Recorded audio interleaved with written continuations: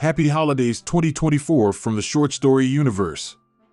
As we wrap up an incredible year filled with thrilling tales, epic adventures, and unforgettable characters, we want to take a moment to celebrate you, our amazing audience. Whether you're here for comics, drama, action, fantasy, or a mix of it all, your support fuels our creativity and brings our stories to life. Again, happy holidays, and thank you for being part of the short story universe. Thanks for clicking on my video City of Magiville, the Lumora's Watch. To fully enjoy this video, please ensure CC closed captions aka subtitles is turned on. Did I mention that AI podcasters were included in this video? They deep dive further into this story. Wait till you hear them. They're totally amazing. So, grab a snack and get ready to enjoy. City of Magiville, the Lumora's Watch. In a city where time is fluid and can be bent, a mysterious pocket watch called the Lumora's Watch gives its wielder the power to glimpse 1 hour into their future. But every time it's used, something is stolen from the user's life, a memory, a relationship, or even a piece of their soul. The story takes place in the vibrant city of Magiville, where magic swirled through the air like confetti and laughter echoed in the streets. Every corner held secrets waiting to be discovered. Among its bustling avenues was Grail's Relics, a peculiar antique shop known for its countless artifacts, each with a story to tell or a curse to bear. Yet, the artifacts weren't for sale. Lumora Moss, a young social media influencer on the popular site Shortstream All-in-One, lives in Magiville. While leaving the famous Wizards and Warlocks festival, she followed a trail of glowing yellow footprints that appeared only to her. "This shop is always closed," said Lumora as she stood outside of Grail's Relics. Lumora's eyes scanned the cluttered antique shop until they landed on a peculiar pocket watch displayed on a crimson velvet pillow. Its face shimmered like liquid gold, and the numbers seemed to dance when she blinked. Lumora curiously entered inside. "Welcome," said Thrifton Grail, a mysterious man with silver hair and a knowing grin. "How much?" Lumora asked, unable to tear her gaze from the watch. "It's not for sale, but I'll lend it to you." Desperation overpowered reason and Lumora grabbed the watch. The moment it touched her hand, a cold shiver ran through her. Thrifton leaned in closer, his voice dropping to a whisper. "It reveals your future, 1 hour at a time. But beware, the watch doesn't just show, it takes." Lumora hesitated. "Takes what?" Thrifton only smiled enigmatically. "Everything has its price." Back in her apartment, she wound the watch. Its ticking grew louder, echoing like a heartbeat. When the hands reached midnight, the room dissolved into a haze, replaced by a vision of herself 1 hour ahead, typing furiously at her computer desk, a victorious grin on her face. The title of her new short stream all-in-one video glowing on the screen, The Grail's Relic Conspiracy. Lumora snapped back to the present, adrenaline surging. Fueled by the vision, she began uncovering threads of the conspiracy she'd found on Shortstream All-in-One.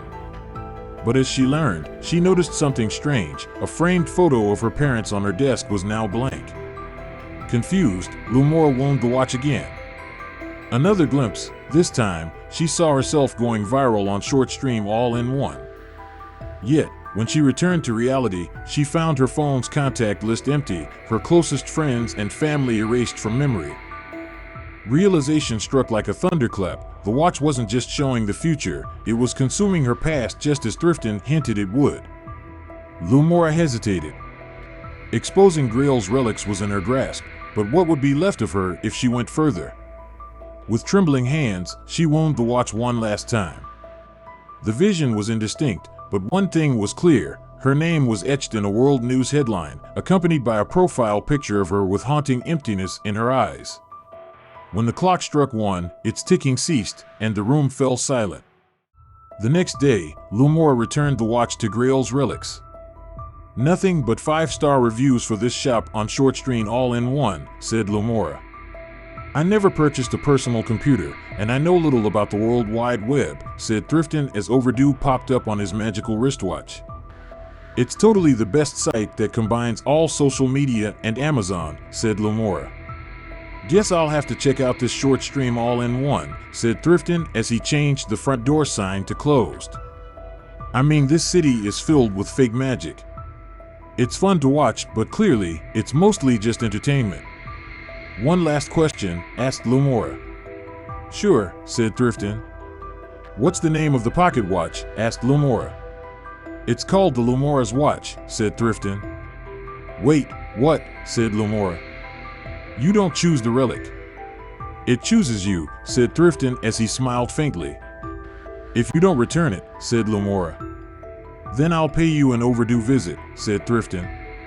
As Lumora walked through the streets of Magiville, she bumped into her friends, parents, and many others who were happy to see her. Lumora smiled the biggest smile as she thought of going viral on short stream all in one. This is one of hundreds of epic stories about the people living in the magical city of Magiville. Up next are two AI podcasters who deep dive more into this and the short story universe. Enjoy! Welcome back, everybody, for another deep dive. And today we're going to be looking at Vandale's short story universe. Oh, yeah. This is a really cool comic book universe It is. with a lot of different genres and characters. I think one of the things Yeah. that makes it stand out is that it's not just like a superhero universe. Yeah. It's a lot of different things all mixed in together, which I think is really cool. Yeah, and one of the other things that really struck me as really interesting and kind of meta is that they actually incorporate AI podcasters Oh, yeah. That's really interesting. into the universe. A podcast within a comic book. That's pretty neat. And but before we get too lost in that idea, let's actually jump into a story Okay. from the short story universe. Yeah. And this one takes place in the magical city of Magiville, where magic is just commonplace. Just another day in Magiville. Yeah, Using magic to get to work, exactly. make your coffee, Yeah. all that good stuff. Exactly. So what did you think about Magiville as a setting? Well, I really like how it blends fantasy with like modern day elements. Mm-hmm. You know, it's like you said, magic is commonplace, but people are still using their phones and social media and things like that. Yeah, and the story that we're going to be talking about really highlights that. Yeah, it does. And it really, I think, takes that tension to an interesting place. Yeah. But the, And it really brings us to our main character, yeah, Lumora Moss, Lumora Moss. who is a social media influencer. And she's trying to make it big on this platform called Short Stream All-in-One. Yeah, so short stream all-in-one is not just like Instagram or TikTok. Right. It's described as this all-encompassing platform. Right. Like, imagine if you took like YouTube and Instagram and Facebook and like Amazon and like all these different platforms and just like mashed them all together Exactly. into one giant thing. Yeah, it's like the digital lifeblood of magic. It is. That's a great way to put it. Yeah. And what do you think about that choice by Vandale? Oh, I think it's really interesting because it really kind of sets up this clash between like the old and the new. Mm-hmm. You know, you've got this ancient city with magic, and then you've got this hyper-connected digital world on top of it. Right. And it makes you wonder like how those two forces interact. Yeah, how they might clash, how they might complement each other. Exactly. Yeah. But getting back to Lumora, Yeah. She's ambitious. Yes. She wants views. She wants followers. And she stumbles upon this shop called Grail's Relics. Yeah, and this isn't just your average antique store. No, not at all. Yeah, what's unique about this place? So it's described as a place where the objects have power. Okay. And the shopkeeper, Thrifton Grail, he lends out the artifacts He lends them out. rather than selling them, which I Okay. thought was a really interesting detail. Yeah, like why would you lend these things out?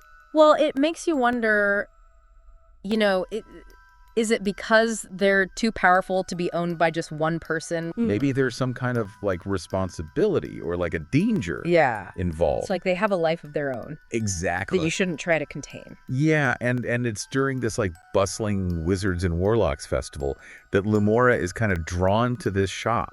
Mm-hmm. And she's drawn there by these glowing footprints. Okay, what do you make of the glowing footprints?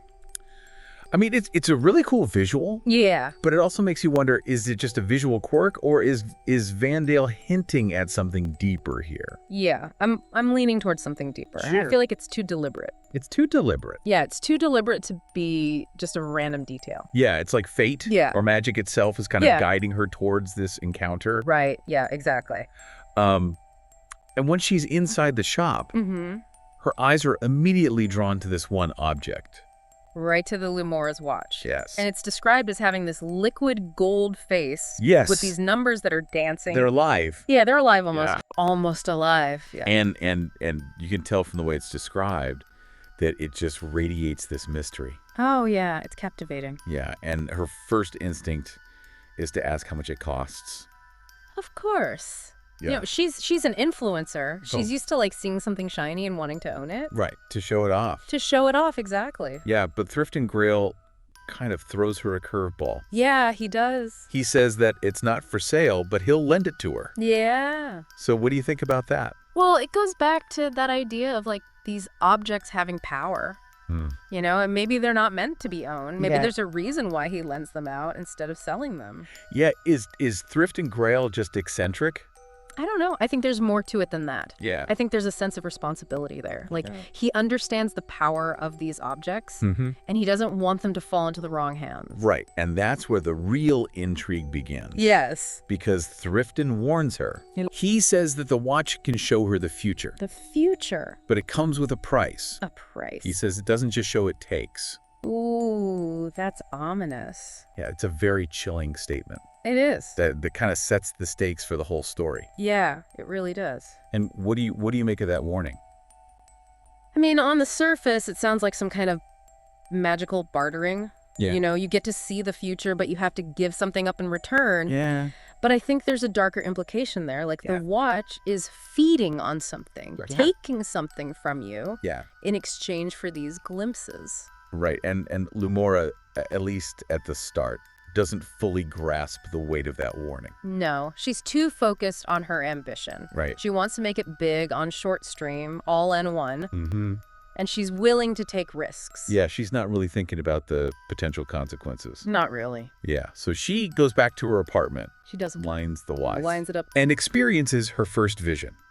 And what does she see? She sees success, Ah. which is exactly what she craves. Exactly what she wants. Yeah. She sees herself an hour into the future. Mm-hmm. Her content's doing well. Her Yeah. follower count is climbing. Yeah, she's getting everything she wants. She's on the right track. Yeah, exactly. But when she snaps back to the present, something is wrong. Uh-oh. Something is amiss. What is it? Well, a photo of her parents is now blank. Oh, no. It's as if their memory has been wiped Wiped clean. from her life. That's really creepy. Yeah, it's a really powerful image. It is. And it's not just a random object that disappears. Yeah. It's a symbol of her personal history, Yeah. her connection to her family. It's like a piece of her has been taken. Yeah, and I think that this is where the story starts to offer a deeper commentary. Okay. Not just on the dangers of these magical artifacts, Right. but also on the potential costs of chasing fame in the digital age. Right. What do you think is Vandale trying to draw a parallel here I think so. between the watch's power Yeah. and the way social media can consume us Yeah. and make us lose sight of what really matters? Absolutely. I mean, think about it. We're all so connected now. We're constantly on our phones, Yeah, checking for likes and notifications, and it can be really easy to get caught up in that right, and lose sight of the people and things that are actually important to us. right. And that blank photo, Yeah, I think, is such a powerful symbol of that, it is. because it's not just about losing a physical object. Right. It's about losing a part of yourself. A part of your history. Yeah. Your identity. And it makes you wonder, what else is she willing to sacrifice Right. in her pursuit of online success? Yeah, what's the price she's willing to pay? Right. And do you think this is where the story really takes on a more cautionary tone? I think so, yeah.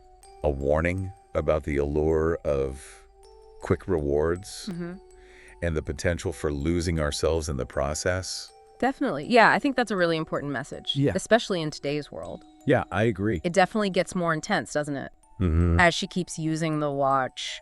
Right, like each time she winds it, Yeah. she gets exactly what she wants. More views, more followers. Mm, But with each use, yeah, something else vanishes. right. So first it was the blank photo of her parents. Yeah, then it's her phone contacts that disappear. Oh, wow. Yeah, it's like she's trading pieces of her real life for this like fabricated online persona. Right, and that's what's so chilling about this. It is. It really taps into this fear that I think a lot of us have.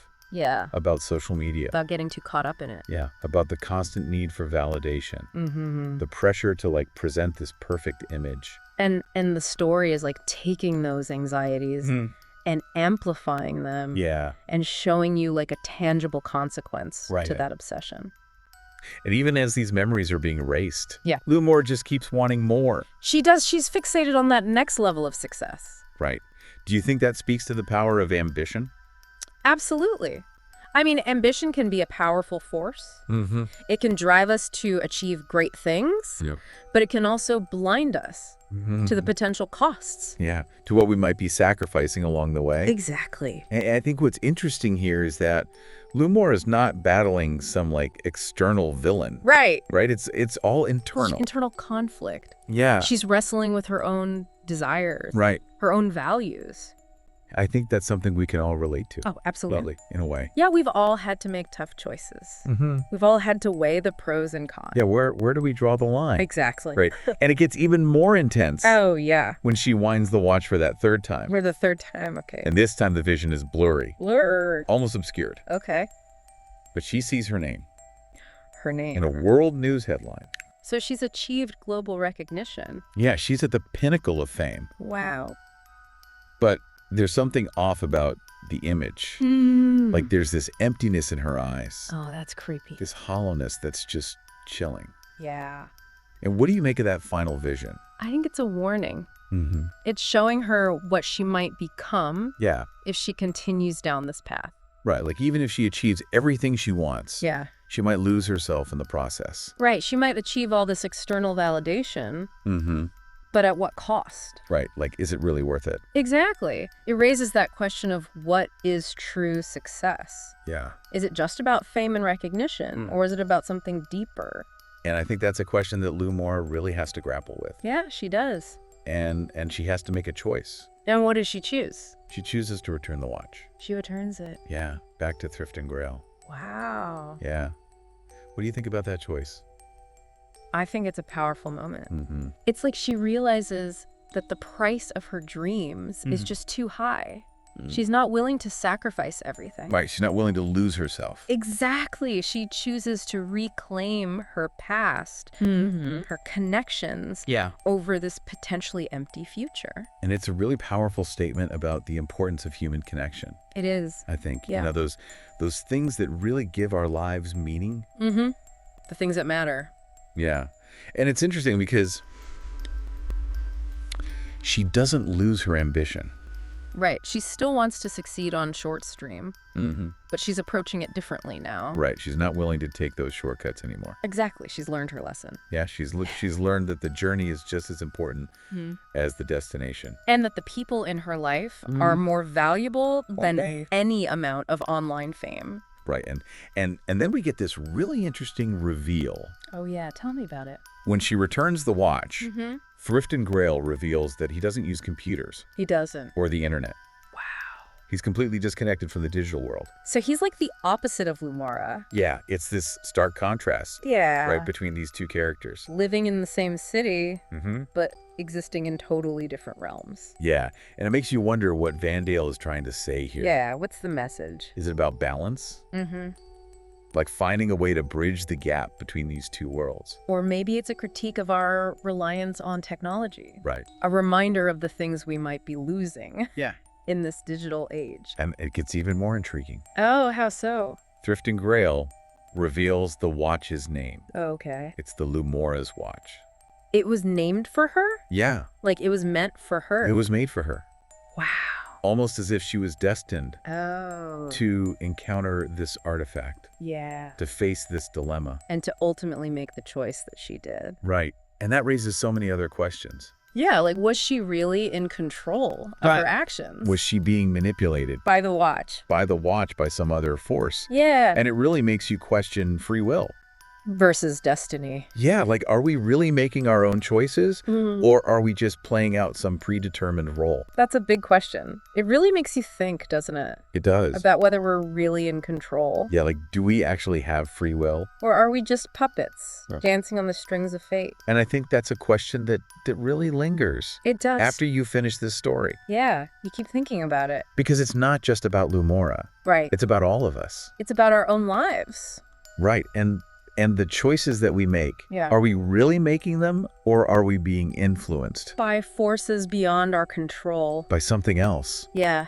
And think about how social media works Oh, yeah. with those algorithms that are constantly curating our feeds. Right. They're showing us what they think we want to see. Yeah, they're suggesting content, they're suggesting products. And they're getting better and better at it. Yeah, based on all of our past behavior. Right. And it can feel like we're being nudged In a certain direction. in certain directions, yeah, without even realizing it. And that's what makes this connection between the watch and social media so interesting. Right. Because it's like Vandale is saying that these algorithms, these digital forces, they can have a similar power. To the watch. Yeah, they can shape our desires, Right. our perceptions, our sense of self. It's kind of creepy when you think about it like that. It is a little bit. Yeah. And so are we shaping our online identities, or are those identities being shaped for us? Right. It's like the chicken or the egg. Yeah, and I think that's what makes this story so effective. Because it takes these anxieties that I think we all have About technology, about social media. about technology, about social media. Yeah, and it gives them a tangible form. Right. It's not just this abstract fear anymore. It's a real thing. It's right there on the page. In the form of this watch. Yeah, and I think that allows us to kind of process those feelings. In a safe space. Yeah, Within a story. And the story doesn't leave us in a state of despair. No, it doesn't. Remember, Lumora makes a choice. She does. She rejects the watch's influence, She takes back control. and she reconnects with her family and friends. And her memories. And her memories. Yeah. Yeah, and she reclaims her own narrative. It's a hopeful ending. It is. It shows that we have the power to resist. Those external forces. Yeah. And to make choices that align with our values. Exactly. It's not about rejecting technology altogether. Right. It's about using it mindfully. Yeah. And Lumora doesn't abandon her dream. She still wants to be successful, She still wants to succeed on a short stream. but she's going to do it on her own terms. Yeah, she's not going to let it consume her. And she's not going to sacrifice things that are important to her. And I think that's a really important message for all of us. I agree. To remember. Yeah. Especially in today's world. To be mindful of how we use technology. Yeah, like it's a tool, It is. right? It can be a powerful tool, It can. but we need to be the ones in control. We can't let it control us. Right? Exactly. And sometimes we need to step away. Yeah. Disconnect. Yeah, take a break And reconnect with the real world. with the real world, with the people, Yeah. with the things that matter. And I think Vandale did a really great job of exploring these themes in such a compelling way. In an entertaining way. Yeah, it's a really good story. And I think the short story universe has so much potential, I agree. with this blend of genres. Yeah. And the way they incorporate technology. Yeah, it's something new. It's something fresh. Yeah. It's exciting. And we've only scratched the surface There's so much more to explore. of this universe. Yeah. And I'm really excited to see where Vandale takes it. Me too. Yeah. And as we wrap up this deep dive into the short story universe. I want to leave you with a question. Okay. If you had the watch, The Lumora's watch. knowing the price, Yeah. would you use it? Would you be tempted? Or would you do what Lumora did and choose to appreciate what you have? Yeah, the present moment. Yeah, Something to think about, isn't it? it is. And on that note, we encourage you to explore the short story universe. Yeah, check it out. See what other tales Vandale has to tell. There's a lot of them. Yeah, immerse yourself in this world Yeah, where magic and technology collide, it's a fun ride. and see what truths you might uncover. Exactly. And until next time, keep those minds engaged And keep exploring. and never stop exploring. Thanks for watching. If you enjoyed this magical tale, don't forget to like, comment, share, and subscribe to my channel. Hit that bell notification so you never miss a new story. Supporting this channel helps me deliver high-quality content just for you. If you'd like to show your support, my PayPal link is located on my homepage. See you next time for another exciting adventure.